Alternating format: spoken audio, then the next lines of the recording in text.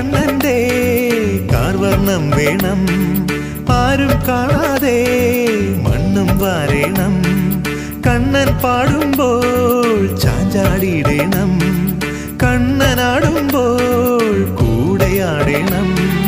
ഇഴയുന്നൊരു തുമ്പിയതും അഴകാർന്നിരു കൊമ്പുകളും തേൻവർണ്ണ കണ്ണിണയും വേണം. പോരുകളിൽ താമരയും ശംഖും വേണം.